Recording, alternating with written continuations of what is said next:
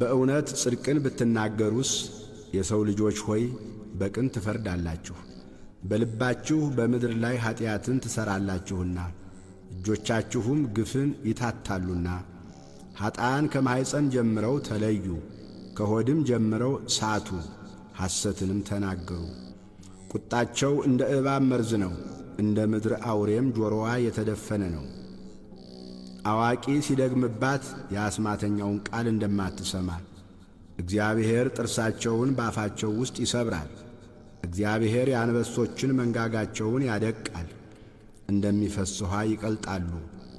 እስኪያደክማቸው ድረስ ፍላጾቹን ይገትራል፣ እንደሚቀልጥ ሰም ያልቃሉ። እሳት ወደቀች፣ ፀሐይንም አላዩአትም። እሾኻችሁ ሳይታወቅ በትር ሆነ። ሕያዋን ሳላችሁ በመዓቱ ይነጥቃችኋል። ጻድቅ በቀልን ባየ ጊዜ ደስ ይለዋል፣ በኀጢአተኛው ደምም እጁን ይታጠባል።